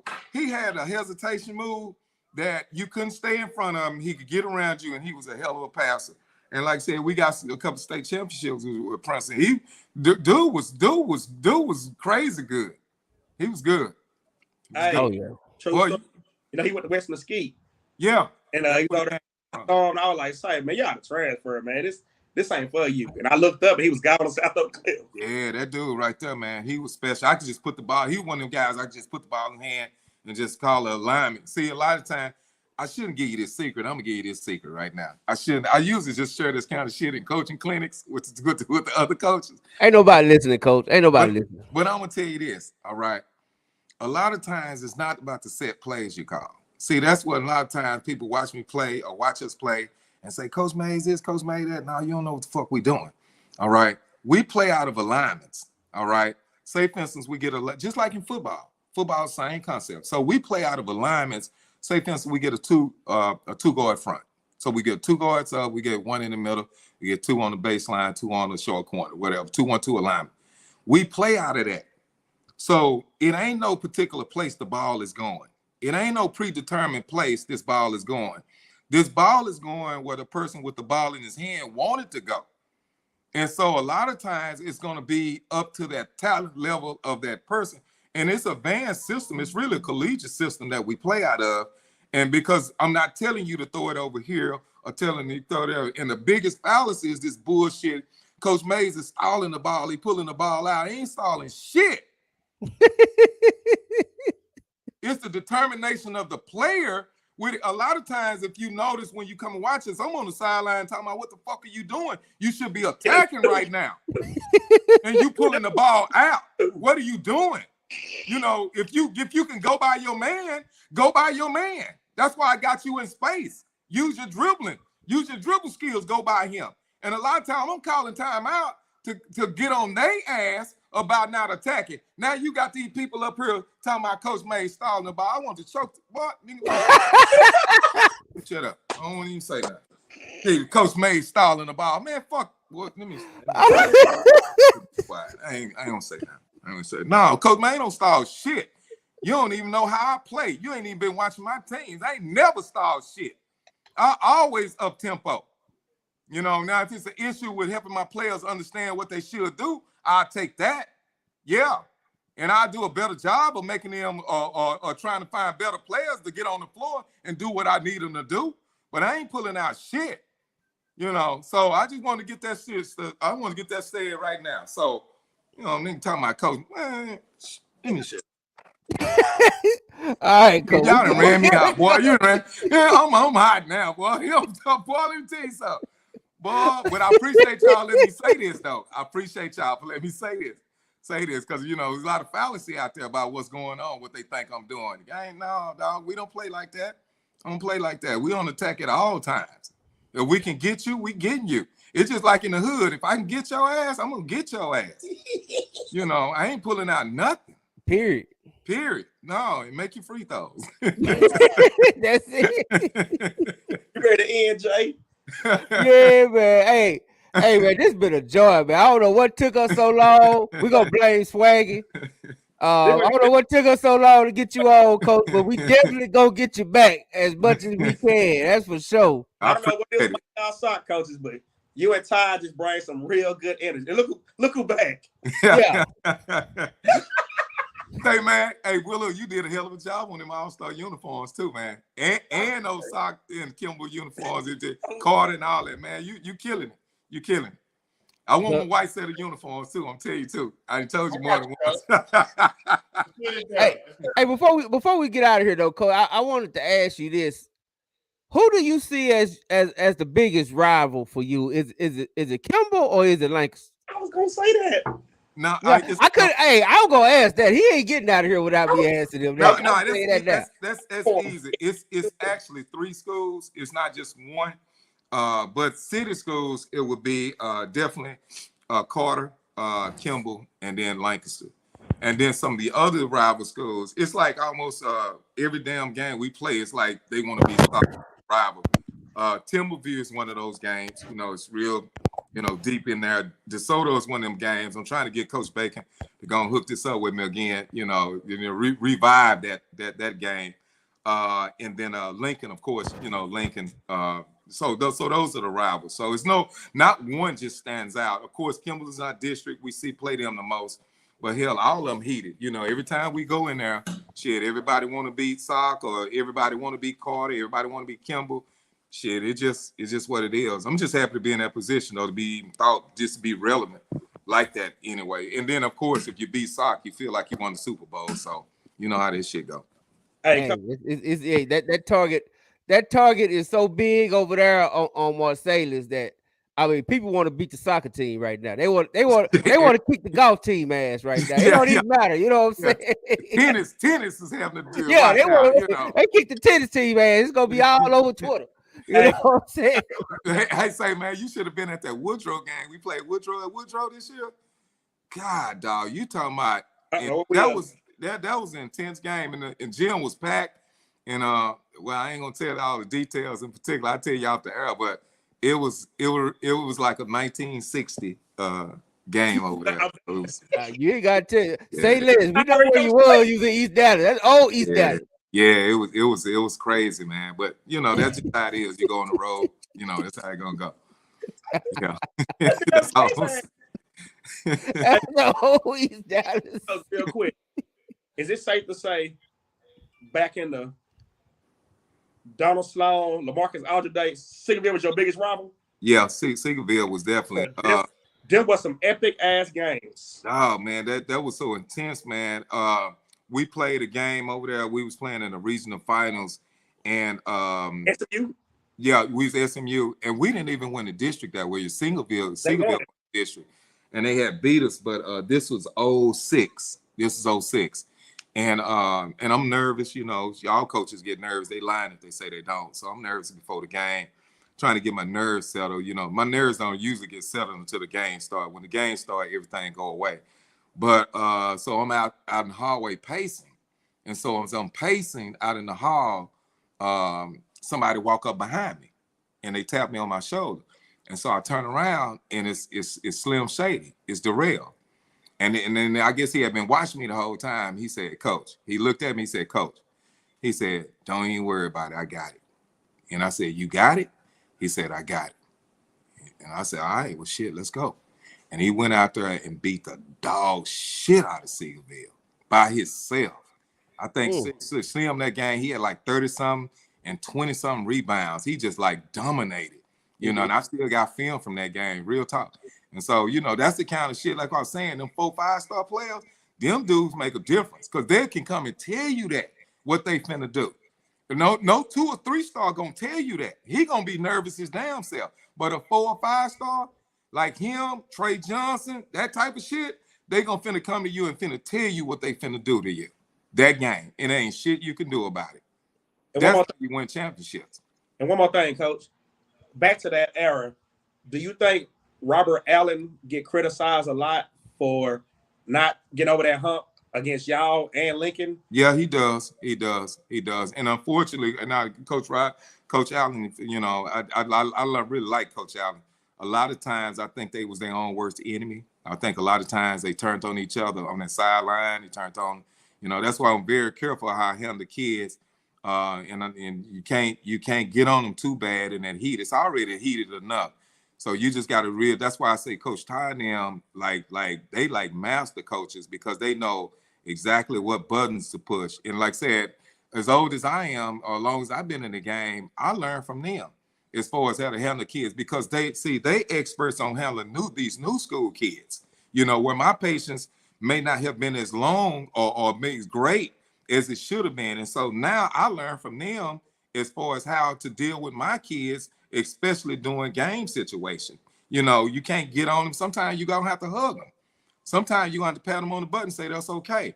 Because they're just trying to get through this heated moment, just like you trying to get through this heated moment. So a lot of times, if you turn on your kid and you get on him, you're going to take him out the game as well as the team out the game. And I've seen that so many times by so many coaches, you know. So, you know, and I've been guilty of it myself too. So I'm very cautious on how I deal with kids during the course of a game like that. So, you know, you just learn a lot over the years. You learn so much. So I'm a much better coach than I was even when I was winning championships. I'm not winning championships now. I haven't won in a while, but hell, I'm 10 times as better coach as I was back then when I was winning. I'm the shit. I can damn near take nothing and compete with it now. That's just the way I feel, my confidence level. So I know when I get my, you know, horses now, shit, I'm gonna be a problem. Shit, y'all got this shit to deal with. You better not let me get no 2 or 3, 4 stars, 5 stars on the same. Your ass in trouble. Nigga, I'm coming. Because I know I can coach. Ain't nobody can tell me I can't coach. You know, so I'll take yours and beat you, and then take mine and beat you. I know what my confidence is. You can't tell me that I put in too much time. I put in too much work. We eat film. You know, a lot of high school teams don't even study film. My kids are ready for film. That's why when you see a SOC kid that does have that talent and they get to that next level, most SOC kids play the first year in college. They don't go and sit. You know why? Because they know how to study film. They know shell drill. They know strategy. They know game reports. You know why? Because we do it now. That's what we do. So, you know, I know what I'm doing. So, you know, like I said again, you ain't no found fun when the rabbit got to go home. But shit, make sure, well, I ain't gonna say that, but just be gracious like we were. Hey, I can't wait, man. You know what? I ain't even gonna lie to you, Coach. I can't wait. Go ahead. My NCAA comparison, I've always compared y'all to is Michigan State Tom Izzo. Yeah. I would compare you to him. And I always say this. If you get a South Oak Cliff or Michigan State team getting the tournament, you better rest assured. I don't give a damn if they got a 2-star. You better rest assured. They can run the table and win the whole damn thing. Yeah, because Coach Tom he's a hell of a coach, and you're exactly right. His teams are very competitive, even though they lost even this year. They were so competitive down the stretch without a 4 or 5-star kid. Exactly. And so, like I said again, and that's what I pride myself on as being a leader of South Oak Cliff basketball for the last 20 years, is no matter what, we're always going to be competitive, even if we don't have the talent level. And so, like I said, I only had 2 seasons under 20 wins. My lowest season was I won 17. I was 17-16 one year, and then the other year I was 17-17. That was the worst years I ever had in my life. I never missed the playoffs.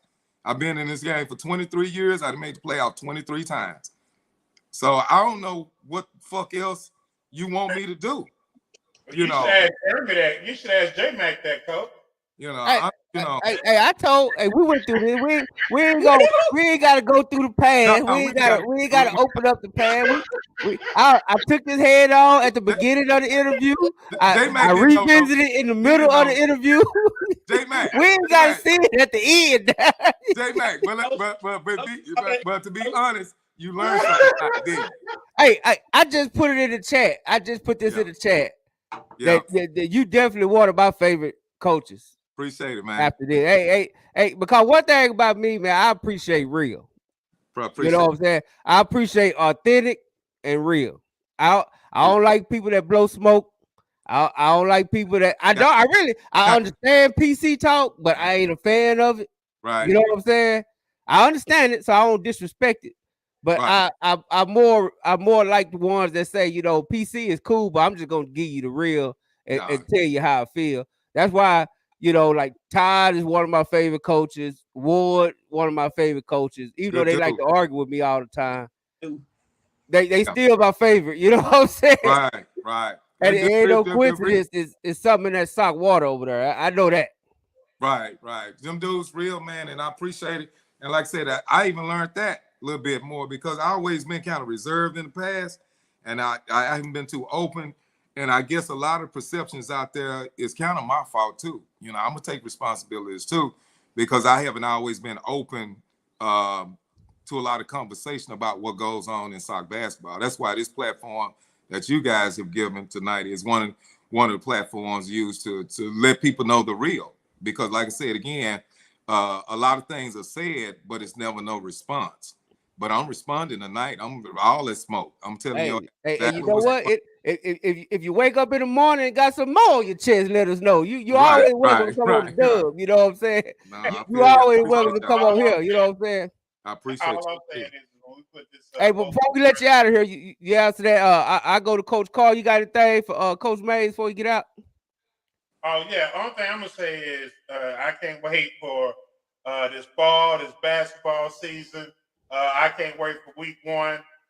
Coach May is going to save us the game so we can do an Oak Cliff versus everybody. You're right.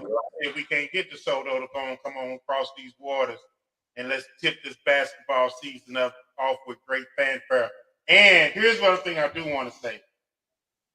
Coach Mays is probably one of the most open and honest people I've ever had the opportunity to deal with.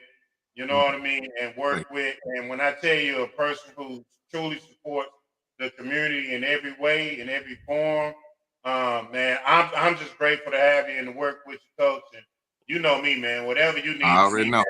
Yeah, it is what it is. I think we supposed to spend my money the same. So it's yeah, Willow, we appreciate you know, Willow, we go back like rocking chairs, and you know, a long way. We go long back, and like I said, you always supported us, man, with it, whatever. And like I said again, I always rock with you like that, because you always kept it 100 with us. I appreciate it too, most definitely. Hey, it's one date we can get that DeSoto hooked up. Let's work on it. We going look, Coach. I already talked to Nick. I hope he don't run. I talked to Love. I talked to you, and we gonna go the first game that we can possibly go. We gonna kick it off, man. Okay. Say that you know that Jimmy Gales classic. You know we can match up. That Jimmy Gales is perfect.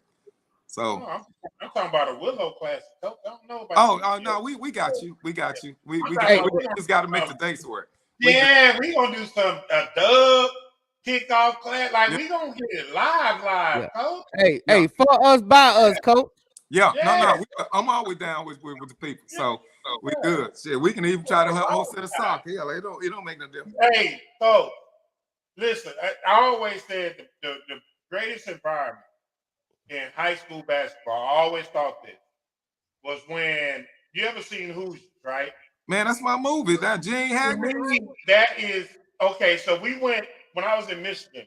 We went and watched high school basketball in Michigan. So it is nothing like you've ever seen in your life. It's equivalent to Texas high school football, but indoors. I mean, they standing on top of you. They got bleachers around the court. Like that place be jumping. It is unreal. And I was like, man, that's how basketball should be. You know what I mean? And so when you see like especially S.O.C stadium, alumni stadium, it's perfect because you're right there, but you're not up on it, but you're right there. You know what I'm saying? Right. Like it's not a bad view in the house. Right. You know, but when that thing like gets jumping, like that Kimball S.O.C game, that was jumping. Hey man, that was jumping. When that band started rocking and the ambiance was out of this world. Oh. And see, I'm gonna tell you something. What we try to do with our venue is this, because we're just not having games. You know, it's a rhyme to a reason. But when you attend a S.O.C game, it's not going to be a game. We want it to be an experience. And so we want all the elements that a high school could bring: the dance team, the band, the announcement. You got that booming sound system in there to sound like the club, sound like, you know, it do. back, you know, we want that whole thing. So when you leave that place, we want you to have a feeling so good that you say, damn, I just got to come back. And so it's not just the facilities for us, but like I said, we want to just an experience in its identity. And so, like I said again, we're going to use our facility and we're going to make it do what it do.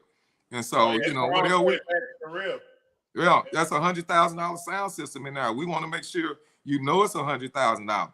When you hear that mother boom, it was booming at All-Star game. I was like, okay. No, it's for real. So when you hear Oak Cliff, that's my hill, the South Side, the realest coming out there, you're going to feel it. You're going to feel us when you in there. You know, no, it's an experience. So, you know, like I said, I'm just thankful to be there. Like I said, all of this. This is a golden era. And like I said again, if anything, I feel like I at least paid my dues to at least enjoy this facility just a little bit before I walk off. We'll say, quit trying to kick me out, J-Back. Goddamn, get your foot out my back. No, I ain't taking that person. I ain't even taking that. But I said it again. But I ain't gonna be there forever. Again, I'm not gonna be. My daughter is a junior. She'll be a senior next year. And I used to say all the time that I'm gonna walk out when she walk out. And who knows? I just still may do that. But like I said again, it's just good to be up here, be competitive. But I do want to make sure that we build it back to the ultimate high. See, the thing about it, when you don't win a state championship at schools like S.O.C, we're not the only ones with schools like S.O.C and Kimball and stuff like that. You feel like you had a down year. You know, you feel like it wasn't a successful year. But the truth of the matter is that's not true. You know, you can have great years, you just didn't win a state championship. So our standard, and I heard this tweeted earlier yesterday, is like Coach Traylor, the one thing about S.O.C not only is reaching for a standard, but we have set a standard. And so when we fall short, it feels like we didn't reach our goal. And that's not the case. But I want to make sure when I walk out the door, I want to make sure we leave it at the highest possible standard that it possibly can be for the next man, because this is the standard. You know, Snoop walked out and he left it like that for Nick. And Nick had been striving to get that state championship and he finally got it done. That's the way I want to leave South Oak Cliff and his legacy when I go. So and get your lick back. Yeah. Right. Yeah. And tell him you're gonna call J Mac with you. No, well, you know what? I'm gonna be honest, because I want to be in the building. Well, I'm gonna let Swagger get his last word before I give mine, but that's gonna be part of my last words too. Swag, what you got for Coach before we get out of here? I just want to say, man, I from the bottom of my heart, I appreciate you coming on tonight. I know I've been promising you shit all season long. Yeah, we finally got it hooked up though, didn't we? Coach, I got you this weekend. Yeah, but you had a busy schedule. A lot of stuff to cover. And I appreciate you so much. Like I told you before, I appreciate everything you doing over there at South Oak Cliff. You You, Todd, Ward, every last one of y'all. We Fall, Calvin, my other boy, you know what I'm talking about. Oh, Rick. Yeah, that's Rick. Yeah, Rick. Yeah. Baddest DJ in the land right there. Baddest coach DJ. Hey, man. Every time I come to that gym, old gym, new gym, even see y'all at Ellis Davis, y'all always show love. Y'all show hospitality good. Hey, the hospitality room was off the chain this year, by the way. Say, man, hey, it was too. And let me tell you something too. I'm gonna give a shameless plug. You know we got the best nachos in the city, don't you? Yes, I was going there. I was going there. Yeah. Shout out to Miss May. Shout out to Miss May, my wife. She got the best. That's real ground beef, no chili. That's real ground beef. Hey, that's it. That's it. Hey, that was part of my closing words. You beat me to it, but that was part of my closing words. Yeah. Coach, we want the chicken sandwiches back too now. Yeah. The chicken sandwich off the chain. Thank you. But your closing words is, man, keep doing what you're doing. Hey, you got a lot more left in you. And I'm a diehard Duke fan. And this past year was the first year without Coach K. And seeing Coach Shire on the sideline was just like, wow. So I can't imagine going to a South Dakota game and not seeing you. Wow. Until that time come, man, keep doing what you're doing. I'm proud. I'm happy for you. I'm always support you no matter what. Yeah, you do. You do, Rod. Game of the year, I don't. Just one game of the year. Yeah. One game. But other than that, man, from the bottom of my heart, I appreciate you. Appreciate it, man. Much love. My closing words is, man, I'm glad we got you on, Coach. And quite honestly, because I'm not one of them dudes that don't admit they wrong. I'm glad I was wrong about you, Coach. So but you said it right though. If you don't know me, you gonna say some wrong shit about me. So you know what I'm saying. So I get it. This was a perfect interview and a perfect scenario for that right there. So J-Back was definitely wrong. This man looked younger than me and got more energy than me. So he fine. He definitely fine. Ain't nothing wrong with him. So and he said he fight. So I ain't want no smoke. I don't want no smoke. I can't help it. I just grew up in the hood, baby. I grew up. Hey, he's from Oak Cliff now, though. Yeah. Oh, I know. We went. Born and raised. My dad is still live 2 blocks. I may go down there for lunch or something. I'm Glendale. Glendale. He is 75216 to the heart now. Yeah. Hey. I don't want no smoke, man. I don't want no smoke. One day, Coach ain't got a big T back in Lakeside, man. You're right too. Respect about the whole thing though. He might have said it, but at least he not running and he owning up to it. Yeah. Oh yeah. Well, that's me. It's all love. He been and telling you what he said. So yeah, I tell everybody if it come out of my mouth, I'm gonna stand on it. If I was wrong, I'm gonna say I was wrong, and if I'm right, I'm gonna tell you I'm right. But if it come out of my mouth, I'm gonna stand on it. I ain't never bird crawl, fish crawl, crab crawl, none of that. Same way, J Mac. I'm the same way. Yeah. If I said I meant it. Said. Now if I'm wrong, I'm wrong, and obviously I'm wrong. But we need to be in the building for that 600 win. You know what? We got to make sure we're in the building. We will be there. It's gonna be the 500. It was real big. The news covered it a lot too. The local news. And 600 gonna be, it's gonna be big. So I'll make sure I let you guys know, and you'll see a lot of advertising leading up to like that. But it'll come this next school year. Yeah, I was there. You gonna call that game, Coach? So when it's $5.99, you're gonna be like, hey, it's gonna be actually a countdown to those games because we know it'll come this year. So Gary Bird will let us know. Yeah. No, Gary Bird, we ain't allowed to say that name. Gary Bird, he's been banned. We're not talking that name because he got a lot of yellow tail, yellow belly. You know what I'm saying? He want to talk that talk, but he don't want to face the fire. Yeah, that's my man. That's a soccer story. So I'm gonna tell you something. He do some stuff that not very many people do for schools, and that dude right there, he's passionate about it. What he do, I know he's a little unorthodox, but like I said again, what he do, I got mad love and respect for that. And I love his dedication. Every Bird, every school needs it. And I think Carter got Derek Taylor. Y'all is Dedrick. That's Taylor. Yeah, Dedrick does it for Carter.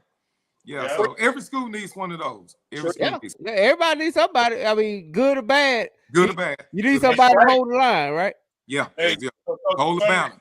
Don't drop that goddamn flag. Hold another one down. That flag go down, that means we lost. No. Hey, before we get out of here though, because I gotta tell you the story about swag.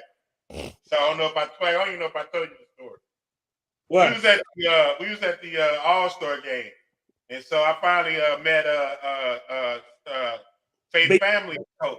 BT. Yeah. So we talking, man, and he's feeling his guts because he was feeling like he was feeling about how people was talking about his team and you know how he can't coach, he just got talent, Right. So he gave me his whole life story. Then he goes, man, I mean, this swaggy guy. Because I say, man, yeah, I'm with the Dub, man. We got to get you on. He said, the Dub? That swaggy guy, man. I said, what's up with him? He said, man, what's wrong with him? I mean, what grown man calls us cheating and cusses us out? And then he came up there and shook my hand. He was the only fan on the court. He said, look, you do me like that too. He goes, you know, I'm a little jealous. I go, why? He said, man, I wish we had a fan. Yeah. Everybody need one. I swear used to do us like that too and everything. I loved it, man.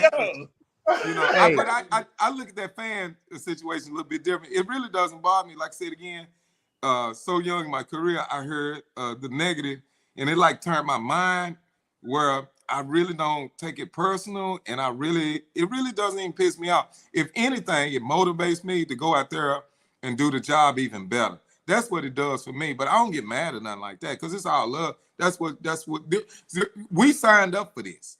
Right. And this is not an easy job. See, we got one of the few jobs that what we do is on display for other people to see. All right. So some people go to work, they do their job in obscurity. Nobody sees it.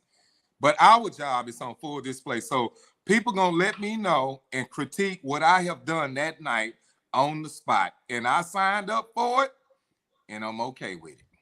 Yes, sir. Hey, we okay with it too, Coach. We got your back. Like I said, you got your brand new fan in J Mac for sure. Appreciate it, for sure. And one thing, I hope y'all get y'all a consistent 3-point shooter for next year. But we got one. I'm gonna tell you something next. I shouldn't say that, but I'm gonna say it anyway. No, don't say it. I'm gonna say it because it's all legal now. It's all legal. We had one, but they didn't clear him for the playoffs. They didn't clear him for the end of district. Oh, yeah. And if we had him, I guarantee you it would have been totally different. But we didn't have that shooter, but we didn't get him cleared through the DEC, in time enough to play some games for us. But I truly believe we got that kid eligible. We could have got to the regions. I would have liked our chances. I really would have. You said, hey, Rod, I got something for their ass. Yeah, that's why I say it's that's why I said it's coming. I'm coming. Don't be mad when the rabbit got the gun. It's going down. Hey, Coach, we appreciate it, man. I wanted to talk a little Final Four. We'll do that next time. We'll talk a little college ball and stuff next time. All my teams lost. Texas, TCU, Houston, and goddamn Kansas State. All right. Before we leave, it's 4 of us on here.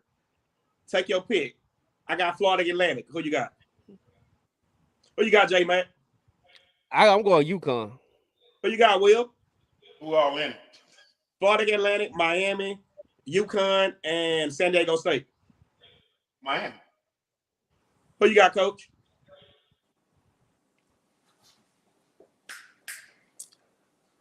I'm going Florida Atlantic. Already. Florida Atlantic. They only lost 2 games this year, right? Yeah, they good. They physical. So who you got, Jabari? You online? Who you got? He gonna answer. My head tell me UConn. My heart tell me Florida Atlantic.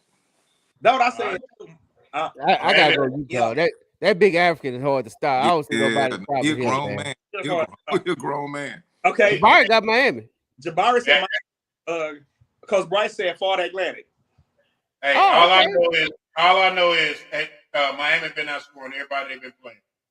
Yeah. They came back from 13 against the Texas team, which broke my heart. I could have swore that Texas team was gonna win it all. UConn. Mrs. Holland, she got UConn, so we riding this out. But I'm gonna tell you, Willow, I'm gonna tell you this. They kind of been skating by and got lucky that the last 2 or 3 teams they played didn't have a true 5. Texas true 5 was hurt. Yep. The Sioux got hurt. He would have gave them problems. UConn, big African, is playing. And I don't see nobody matching up on the inside with Miami with him. And he's going to be a problem. And that's Miami only 6-7 deep, too. They are not a deep team. Yeah, I just don't see it. But, hey, I'm going to tell you this, though. Pack can shoot his ass off, though. Yeah, he can. He can. But right now, at this point, everybody good. Yeah. He's going to have to hit all of them. Shit. Anyway, hey, Coach, we appreciate it. We got to get you back on, though, very soon, man. Finish up again. Anytime, man. Much love to y'all. I appreciate you guys, too. Thank you. Watch this.